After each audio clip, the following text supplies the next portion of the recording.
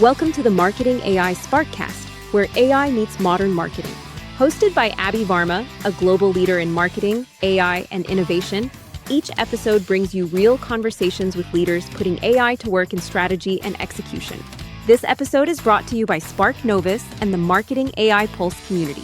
Here's your host, Abby Varma. Welcome, everybody, to another episode of the Marketing AI Pulse Brief. This is the March 2026 episode. For those of you who are not familiar with this format, this is an extension of the Marketing AI Pulse community, which is one of the fastest growing communities focused at the intersection of marketing and AI, like the name suggests. To learn more and to join for free, you can go to marketingaipulse.com. And as always, I am super excited to welcome my partner in crime, Matt Sear. Matt, welcome to the show. Abby, how are we doing today? We good? We're doing good, man. I can't believe this is our third one. And for our listeners, Matt and me do this every month where we'll curate the most relevant stories for marketing folks so you can get a better understanding of what is happening in the landscape. Matt, how are you doing, man? I know last time we spoke, you were not doing so good, but everything good now? Yep, I'm good. And I'm not nearly as doped up on NyQuil as I was last time. So I should be raring to go. You ready to kick us off? I know things are usually pretty quiet in the world of AI, but anything happened last week we should talk about? Matt, yes, the AI world was quiet, not as always. So this week we had NVIDIA's GDC conference and Jensen Huang introduced something super cool. He always does. He always has exciting and shiny toys to announce, and he's really driving the infrastructure layer in the world of AI. For those of you not familiar with it, Jensen Huang is the founder and CEO of NVIDIA. That's the company that started off doing gaming chips back in the day and now has got crazy valuation, is really behind the infrastructure for a lot of these AI crunching, the chips that do a lot of the AI crunching. So really infrastructure layer. And he has been innovating, or NVIDIA has been like really innovating at breakneck speed. And what he announced this time was two layers in the world of AI. So one was a build layer, like how do you design and create AI agents? And then a run layer, that how do those agents operate inside your business? And why is that important? How you design and build AI agents, there is no common way of doing that today. Everybody does it differently. Microsoft does it differently. Google does it differently. Some of these application providers like the Salesforces and Adobes and SAPs, they all have their own methodology of doing it. So what NVIDIA and Jensen are doing is really providing the infrastructure for application folks to start building it and running it and doing it in a manner that is consistent. To understand the build layer, they call it the agent toolkit. And what it is essentially an open platform that helps enterprises design and develop agents, right? So this is not a new feature. It really reflects a shift towards a standardized infrastructure and how agents are created, like I said. And the significance to me lies in the ecosystem. So he announced loads of companies like the Adobe, Salesforce, SAP, Cisco, ServiceNow. They're all working with NVIDIA. There were more, I think, but they're all working with NVIDIA to bring these capabilities into the platforms that people are using every day already, and marketing folks as well. We have Adobe and Salesforce in there as well, in SAP. So this signals basically where the stack is heading, where we're really getting a vocabulary, almost like a shared way to build agents across the tools. And what does that really mean? It means that we are moving from chatting to doing. We already knew that, generative AI to agentic AI, but now there is a standardized way to approach that. In this build layer, aka the agent kit, there are three things, and some of this sounds super technical, but I'm going to try my best to simplify this for our listeners. Within the agent kit, there are three elements. So there is reasoning, which they call it Nemotron. Sounds like a video game name, but whatever. The models that allow agents to link through kind of multi-step tasks like campaign planning and optimization and that sort of thing. So that's one. Then there's an element of security, which is always the concern for enterprises, and they call that open shell. So this puts into place guardrails that ensure agents follow rules around privacy and compliance and that sort of thing. And then AIQ, which is efficiency, an approach that really makes agents faster and more cost effective to run at scale. So these are the three elements of it. And that was the build layer. And then you have the run layer. It's called Nemo Claw. So, you know, we've all heard of OpenClaw. Finding Nemo, Abby. There's, Yeah, right. all these No, things coming together here.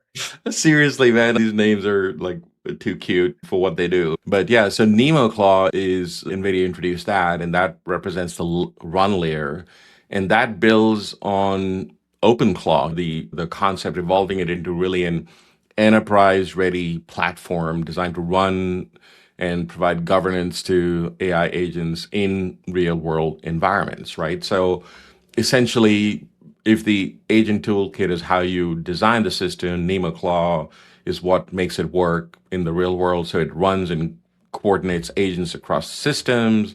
It manages workflows and execution. It adds that enterprise grade security control and scalability, all of which was sort of missing in OpenClaw, where people were freaking out about getting hacked and all that kind of stuff. So a lot of technical stuff, but what does this really mean?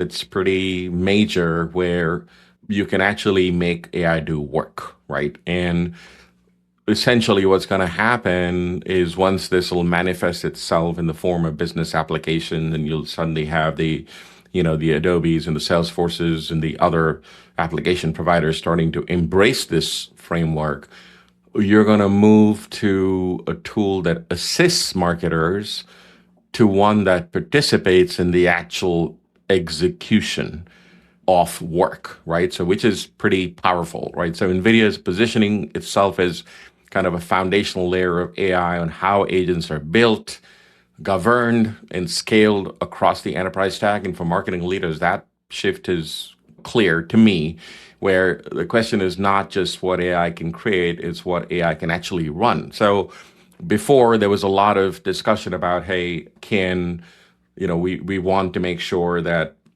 the generative AI is creating stuff, but there was a lot of work that needed to be done. Sure, you can use AI to go generate a blog, but then somebody's got to, obviously you want a human in the loop, but somebody's got to take it and post it on your website and do other things to it and push it out on social media, maybe in your newsletter, whatever, whatever are your derivative actions after that initial thing, which is all you could mitigate some of those manual things using automation tools like a Zapier or an N8N or a Make or what have you.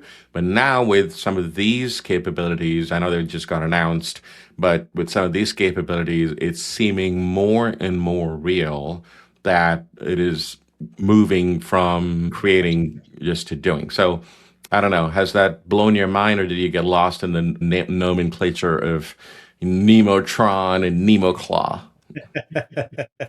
I think Nemotron was a transformer, right? I'm pretty sure. Sounds like that, man. Sounds like that. This tracks with not only everything I think that we're seeing, but actually working on building a platform right now specific for marketing agencies that's really built on agentic structure, right? And really training these agents to go out and do the work wherever possible on behalf of the humans when there's a task that is repetitive, process oriented, all of that kind of good stuff. So I think to me, the biggest sort of aha moment from this is that it's coming from NVIDIA and Jensen Huang.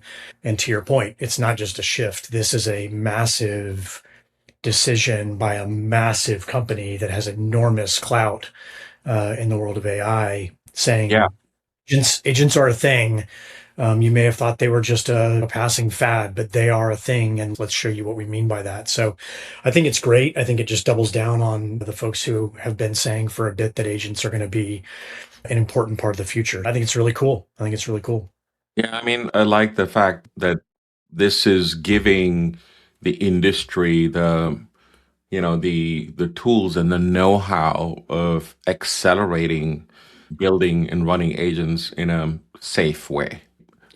So to me, that's a huge leap. Instead of every software company trying to figure it out themselves, well, here you go. Now there's kind of infrastructure and a way to build it so you don't have to figure it out because NVIDIA already has.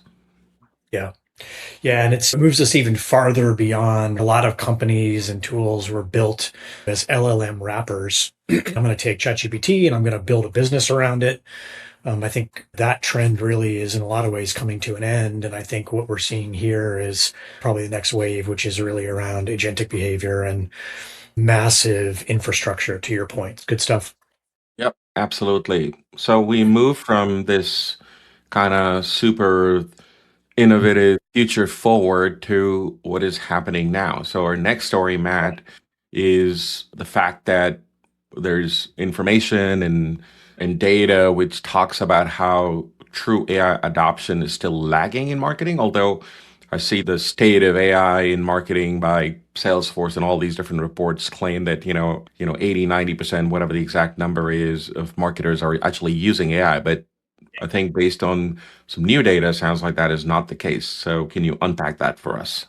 Yeah, so it's interesting. Yes. So we went from very big picture NVIDIA, Jensen Huang, agentic systems to the other end of that, which is really lagging adoption, if you will. Supermetrics, which is a marketing intelligence company, released a survey report where they found that only 6% of marketers said that AI was fully implemented in their marketing operations. So not the sort of 80 to 90% of we're using it, we're trying things, we're experimenting. 6% saying fully implemented, it's running our marketing operation. And again, this is a study from a company that has a dog in the fight. So we can probably look at some of these data points with a little bit of skepticism. But I would say the reason that I wanted to talk about it this week is primarily because I think that the survey results track with what a lot of what I'm seeing out in the marketplace, and I think you are as well, when we talk to people who are adopting AI. So again, it says 6% of marketers say AI is fully implemented in their marketing op. 80% of marketers are feeling pressure to adopt AI, and 37% said they lacked a clear AI strategy from leadership, right? So on the one hand, you have leaders pushing to get AI implemented. Their people are saying, yeah, but we don't really feel like there's a strategy here. We're just running in circles. And then 6% saying, yeah, we've actually fully implemented marketing across our ops. I actually would push back on that 6% unless it's a group of companies that you and I just never see, because I don't know anyone who is fully done with their AI implementation across any industry or any type of company. So I would look closely at that number as well. But I think what this tells me is, again, what we see out in the market is that people are really finding AI adoption right now to be what I think of as death by a thousand cuts, right? This group is going to try this set of tools. The other group is going to try a different set of tools. The two groups are not going to talk to each other. There's not going to be a formalized plan around what tools we're using for what purposes and how are we measuring the impact of that work. It's just in a lot of ways very scattershot. Now, I don't want to undercut that because there is a value in experimentation, as you and I have both recommended to our clients, but also obviously you and I do every day in our work lives. So there's value in experimentation, but I think we're moving very quickly to the point where experimentation has got to become focused implementation.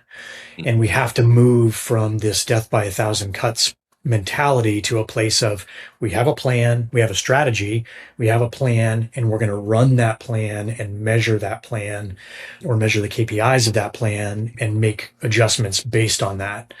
So to me, this is really indicative of this, I think, important moment that we're at in AI, which is people are doing a lot of things. They're trying things. They're getting increasingly comfortable with it, but it hasn't yet really become the function that has been decided upon and is driving business. Do you feel So, like you see the same thing in your world? yeah, for sure. I certainly feel that there's a lot of AI usage, but yes, in terms of, firstly, there is no even definition of fully implemented. I don't know. Right. I've Yeah. not read the Supermetrics report, so I don't know if they, No, they don't offer a definition. So leave it yeah. up to us. Yeah, but I think even, for folks that we speak to, as part of the marketing Pulse community, was a lot of community exchange and that sort of stuff. Even that is really interesting because people will say, in fact, I was talking to a Fortune 100 marketing executive, and And he was like, yep, we use AI in our workflows today and everything. And, I was like, how do you guys use it? What exactly do you do? And his interpretation of that was note takers. And I'm like, Mm. okay. So Yeah. I think that, using note takers, and I'm sure we didn't get into the weeds, but I'm sure I'm thinking that the note takers are used to get insights from subject matter experts, which then get converted into content somehow. I'm thinking that's what he meant. But yeah, Yeah. just use of note takers does not constitute, using AI in marketing per se. But yes, I Yeah. think there is no standard definition of what this is and what is the right level of AI being embedded in your marketing function in order to claim that you are fully quote unquote implemented. But I Yeah. think certainly, I think there's lots of experimentation, a lot of playing around, a lot of ideation and content usage and writing emails and those sort of things. But like embedded, using AI as a marketing operating system throughout all marketing functions and everything, definitely not even close. Yeah. Agreed. Not even close. And it's interesting. I was talking to a client a couple weeks ago, and this is a company that has engaged us to do some AI consulting for them, really help them do some of what we're talking about here, which is put this into your workflows, into your operations, make it more of a bedrock foundational piece of the business. They're investing time, energy, and money in this. They've got leadership's attention. They're doing all the things that you and I would recommend people do. And yet they tell us all the time, gosh, we feel like we're behind. And everybody that I talk to says the same thing.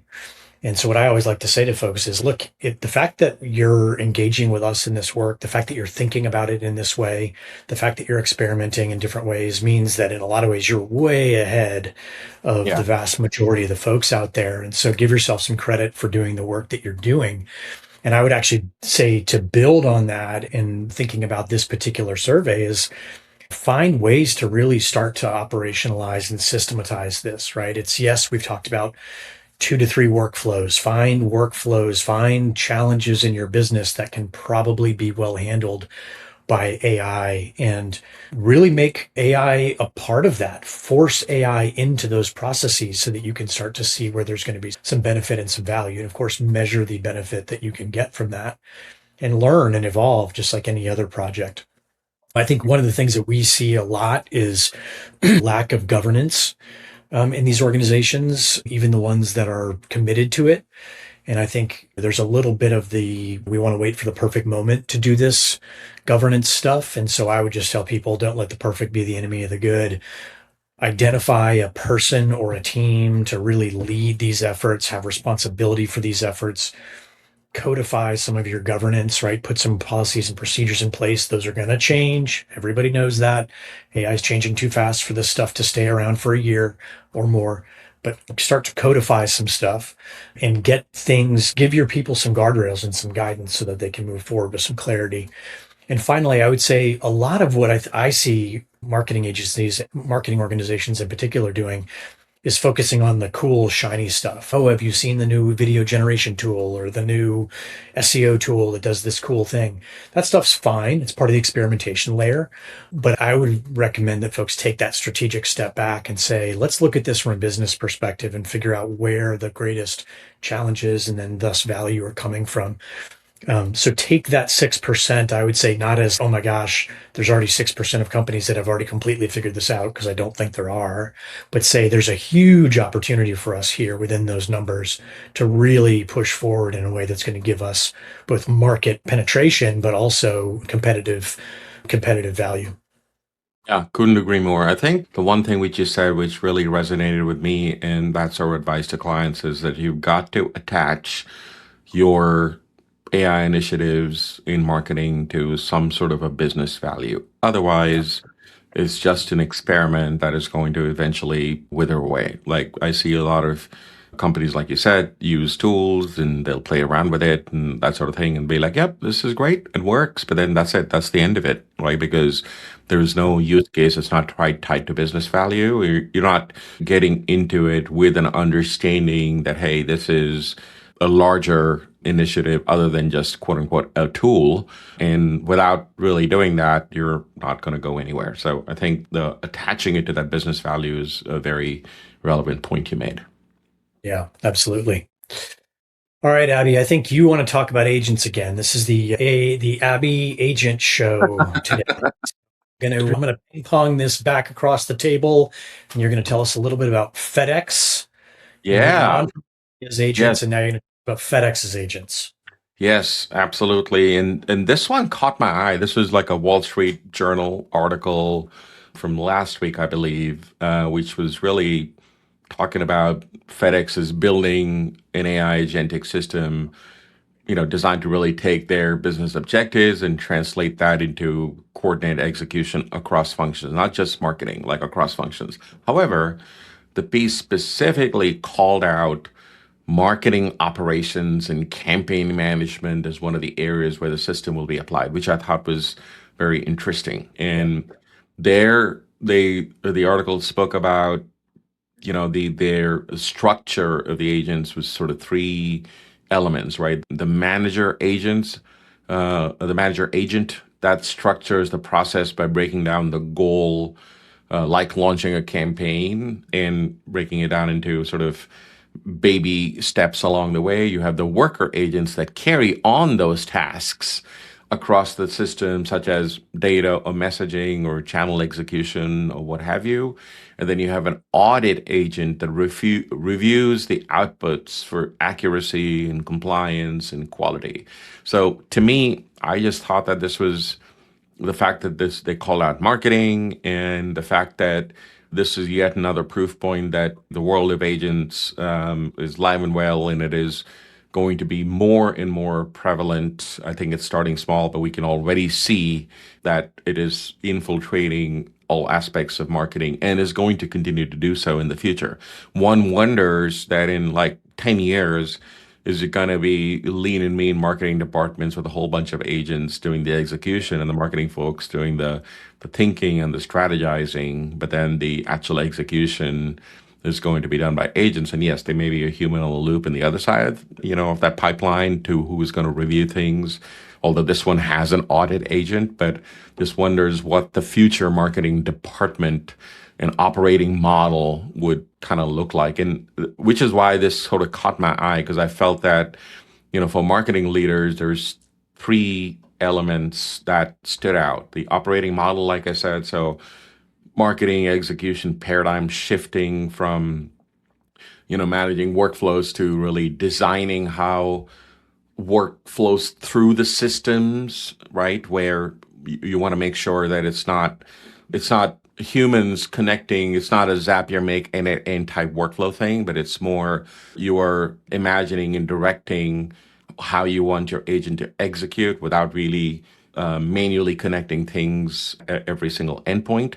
The execution impact, where campaign execution becomes more of a agentic coordination effort end to end, reducing manual handoffs and enabling faster movement from objective to launch to optimization. And then finally, governance. They, like I said, they have an audit agent, so brand compliance and governance and quality checks are embedded into the process, which is why, again, the governance thing that you were talking about earlier, the governance policy, would be super useful. Because what if every marketing department had governance, and then you make sure that from an agentic standpoint, that information is not codified, and your agent can then understand that and has some sort of an evaluation rubric against what it actually does. So I think it's early days, but certainly I feel that CMOs and marketing leaders should start thinking beyond the tools and focus on how campaign workflows could be redesigned to incorporate like system-led coordination and built-in governance. Again, it's not commonly accessible. Again, FedEx is a huge company, and a lot of these tools are now enterprise companies, but it's just a matter of time where I think these are going to trickle down to where this is going to be this is the default way that marketing is going to be done moving forward. That is, and to build on your governance point a moment ago, I think the kind of conversation that I think marketers are not yet having that they're going to need to start having is what are we allowing AI agents to do on their own? right? What the keys to which cars are we going to give them? Because these agents, to your point earlier, are capable to some greater or lesser degree today, but certainly will be more so in the future, capable of actually doing things beginning to end that may not need a human to do anything. And I think that raises a really important question around, okay, what do you want? What control do you want to give over to the AI? And where do you want to make sure that human being comes in and has a decision point that says yes or no to a recommendation that an AI agent is making? There are going to be certain things that some companies are going to be very comfortable just letting them run and do certain things without a human touching them. But there's other things that are obviously really business critical that if there's not a set rule for how the agent operates and when it asks for help and when it asks for sign off, you could see companies getting themselves into some significant tough corners.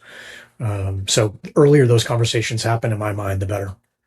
Yeah, and I think it's so new. Obviously, the bigger the enterprise companies have access to some of these things, like I said. But I think for a normal, even mid-market marketing department where some of these things are not entirely accessible, I think there is still room for marketing leaders to start thinking about this stuff. And if you're in middle management and marketing, I mean, this is going to be your reality by the time you are going to be in the world of, senior leadership in marketing. And if you're, heading towards the CMO as your destination, then I think certainly start educating yourself as to how the impact on marketing orgs and the impact on workflow and the impact on governance and all of these things.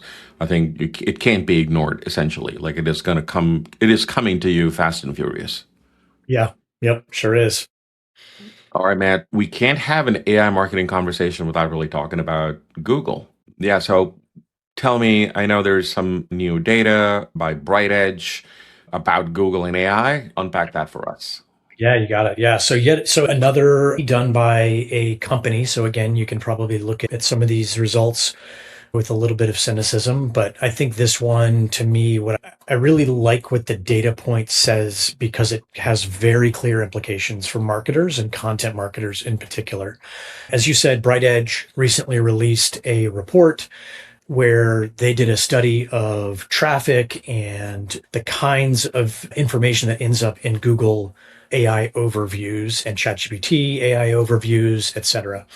And the most compelling data point that they found was that Google's AI overviews are 44% more likely to display negative information about a brand than ChatGPT. So just to put that in a little bit of context for you, that means that for every 1 million queries, about 23,000 might yield a negative response by a Google AI overview about your brand, right? So you think about all the work that people are doing to build their reputation online and make sure that they're showing up well in the search results in and out of LLMs. And oh, by the way, the most powerful search tool on the planet is putting you at risk of having negative responses about your brand be the first response that people see. So you might say, hey, why would that be happening? Is Google trying to tip the scale in one direction or another? And the short answer is, I'm sure there's a lot of factors, but one of the things that Bright Edge pulls out is that because of the way that Google sources information for its overviews, it will often use very historical information from websites and from other marketing materials that inform a more comprehensive answer. They're looking to tell a more rounded story. And so what Bright Edge is suggesting, or the CEO of Bright Edge is suggesting here, is that because of the way Google pulls information in order to try to give people a more rounded response, it will sometimes pull data from old sites and old information or even negative reviews that people have left about that brand online.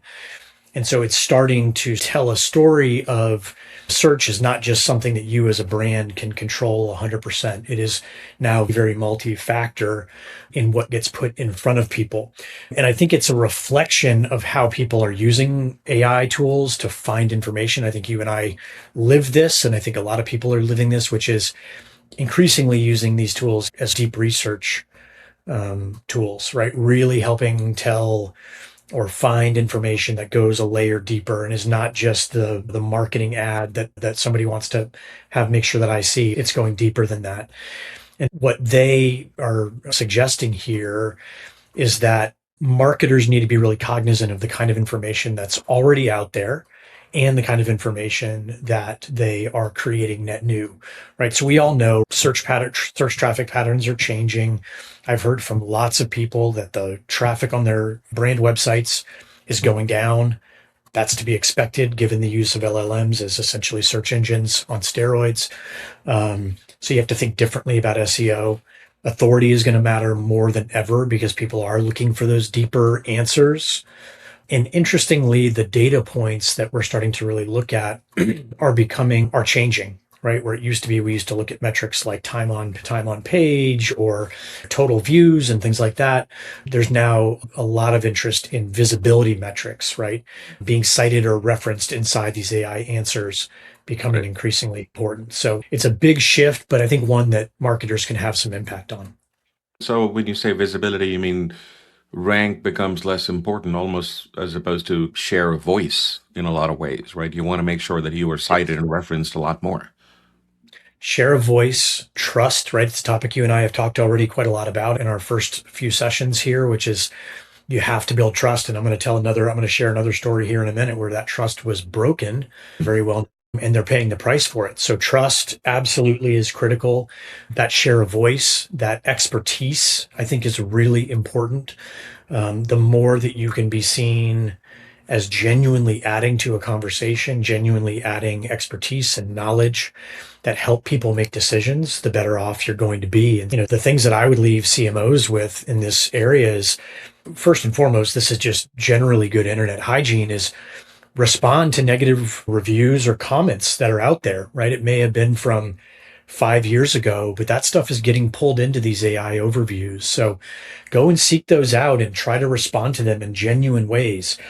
Don't let your bots answer them because that's going to be very obvious to the user. That's not a real response, but pay attention to those kind of reputational signals. Yeah.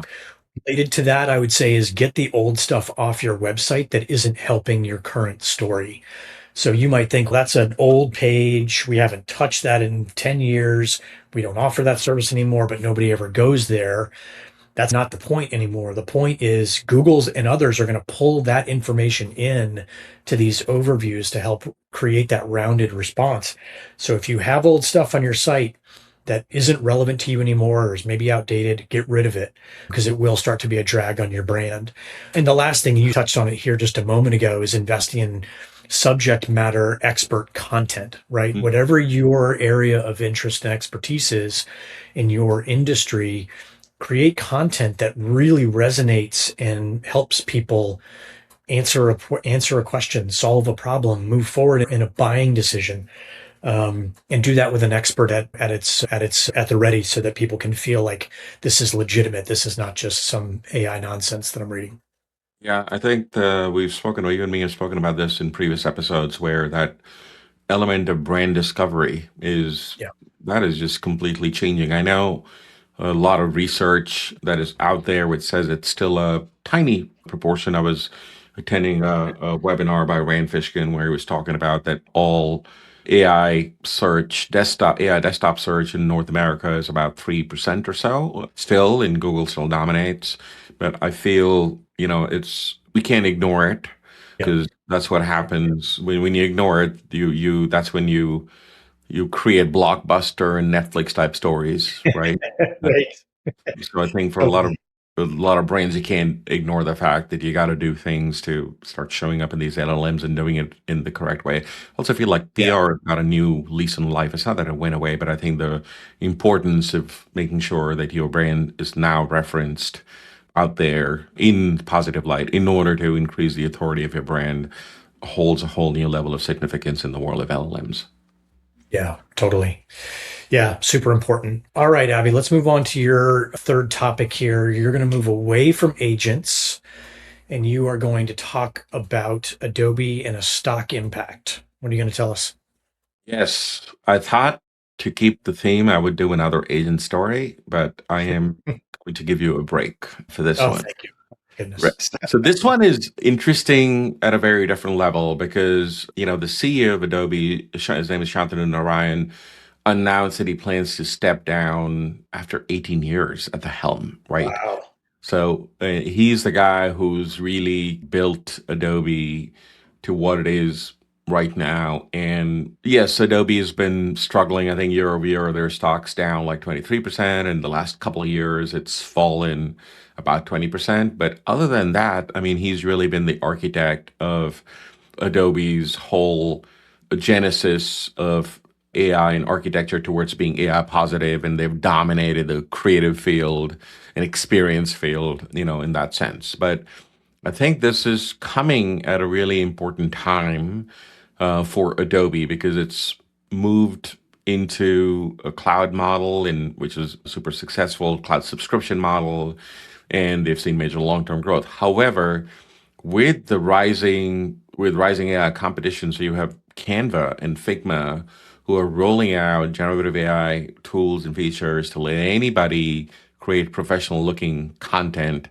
with simple prompts. That has really challenged Adobe's dominance, and Adobe sort of found itself more in the enterprise space as opposed to some of these other tools, which is, more accessible and easier, shall we say. Can I interject something here? Because this will help even tell your story even better. There was a story yesterday that Figma's stocks fell 12% just in the last few days because Google released their own vibe coding product. And so yet again, you're seeing these massive stock impacts on these companies as some of these other players come in. So I know you're probably just hearing that data for the first time, but like to me, that continues to tell the story that you're sharing here. So what do you think about the Figma stock drop in addition to the Adobe stock drop? Absolutely. I mean, to me, I was going to reference it, but the takeaway is really that for all these companies, the quote unquote moat is shrinking, right? Like where Adobe has had, a strong moat for years, and it looks with Photoshop and Illustrator, they were sort of the de facto standards, but not anymore, right? So that moat is shrinking. Generative AI or AI in general is sort of a great equalizer where you have suddenly all of these tools and technologies. We just did a session for Nano Banana as part of the Marketing AI Pulse webinar yesterday, and it's just amazing to see what you can do by prompting. You don't need to be a creative person. You still need a creative eye. I've seen a lot of horrible things coming out of AI, and you can spot it. But obviously, the process of production is much easier, as opposed to the early days when you had, Photoshop and Illustrator when you needed some level of expertise. So that threshold is coming down.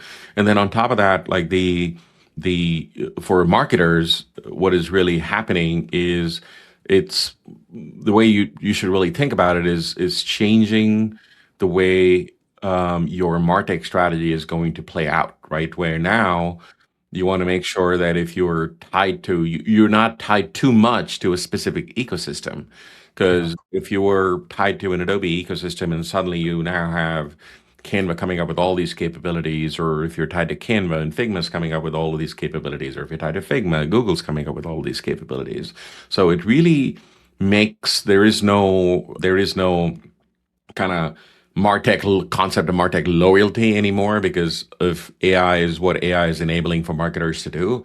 So that lowering of those barriers of entry and speed is becoming important. So you have precision, and yes, you still need precision in a lot of creative things in the world of design and that sort of stuff. But now with Canva, with templates, with prompting, some of these things are very easily achievable at some crazy speeds, especially derivative content. I know you and me worked on projects where you take one masterpiece of image, and if you want then, create hundreds of derivatives for various platforms and those sort of things, it is really easily achievable. And, you don't need a super expensive enterprise scale platform like an Adobe. So I think there's a lot of uncertainty around that. And also, I found it kind of weird going back to that.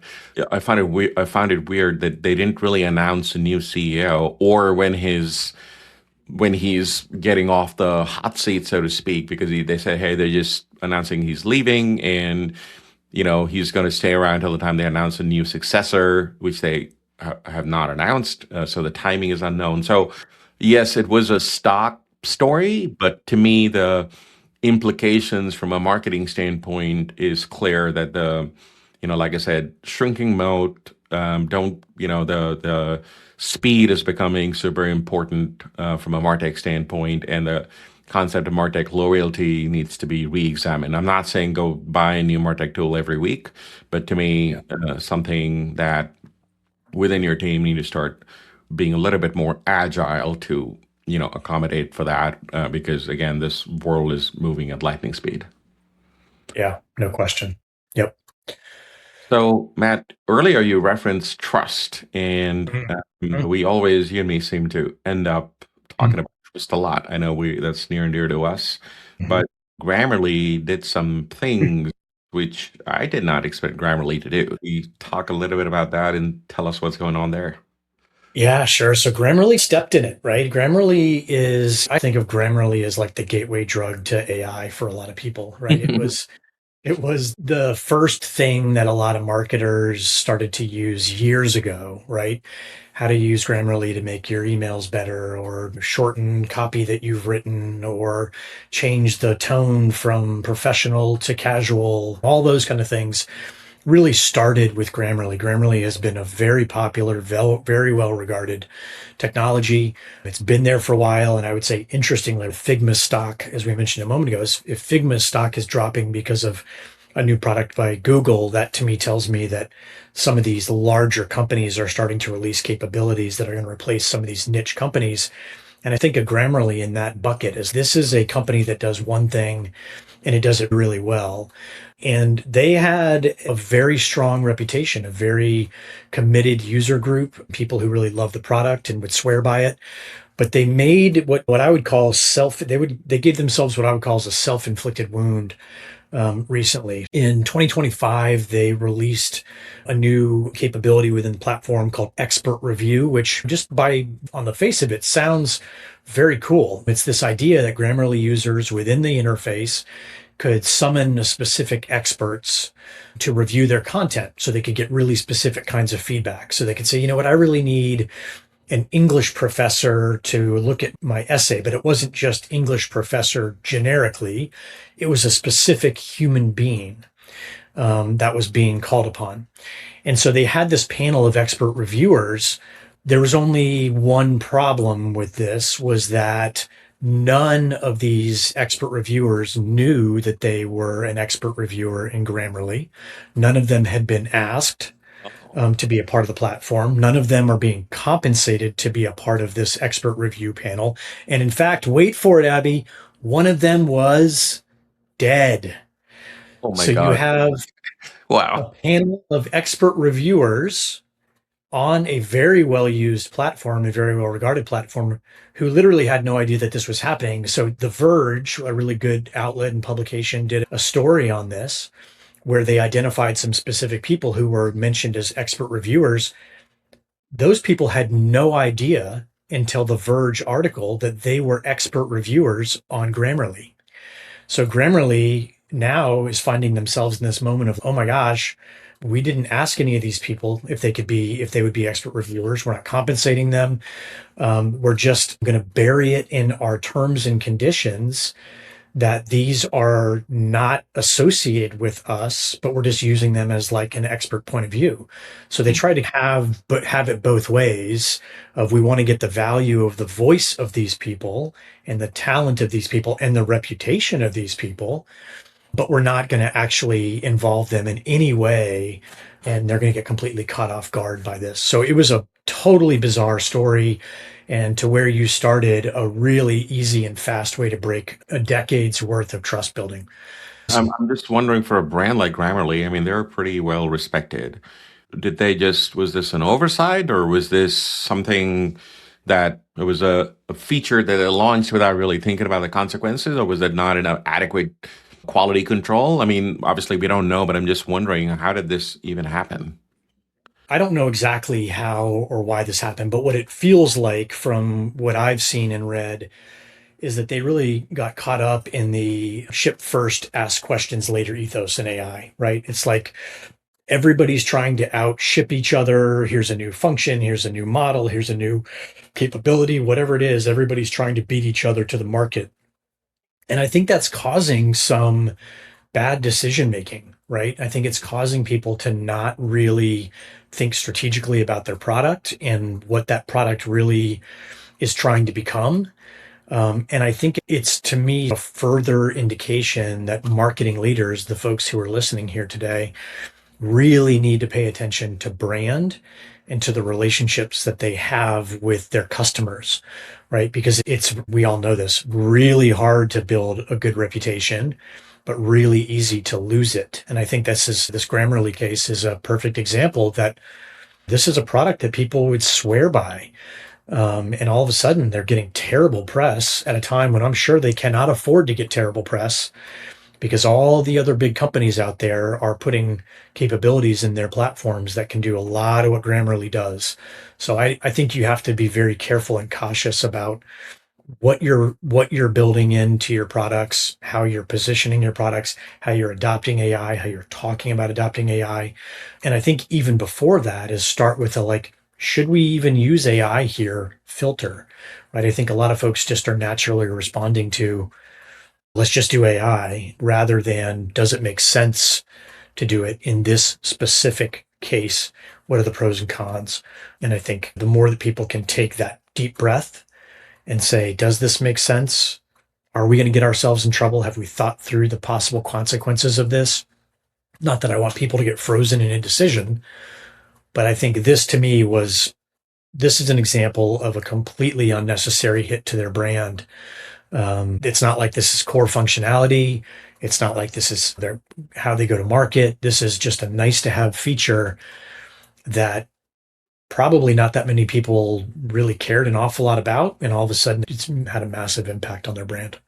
Yeah, I mean, you make a good point for a lot of CMOs who are their marketing departments are marketing products that have AI in it. There is intense pressure for making sure that you're talking about AI, like AI washing, AKA, right? Now, Yep. not that it's all made up or whatever, but to me, certainly, I'm a marketer. I know how I can recognize spin a little bit, but the trying to understand what should be the guardrails in place, because again, like you said, the consequences obviously don't know the circumstances under which this Grammarly situation happened. But to all CMOs, what would your words of advice be?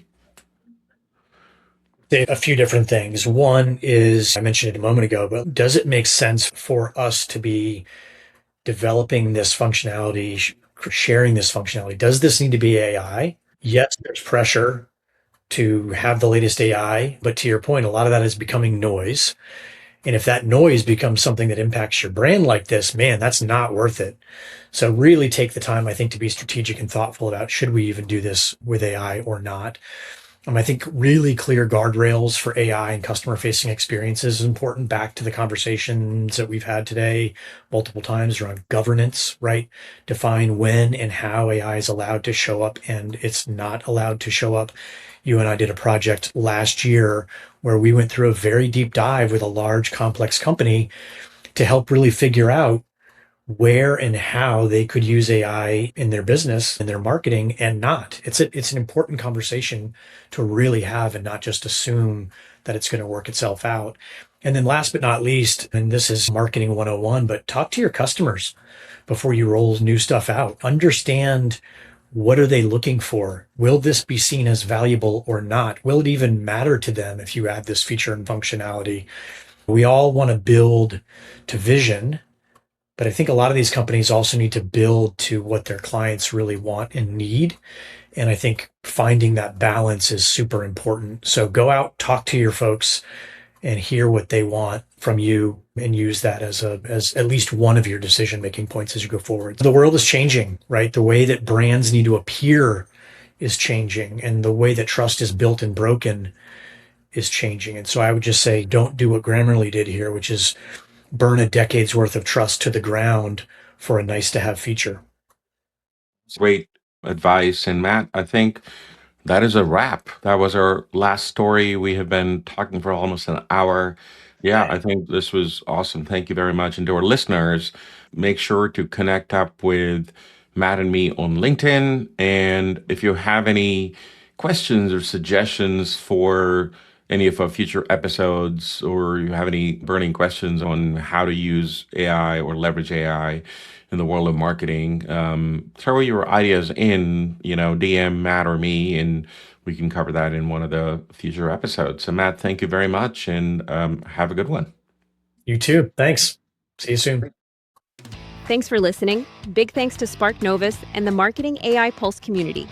You can join the community at marketingaipulse.com.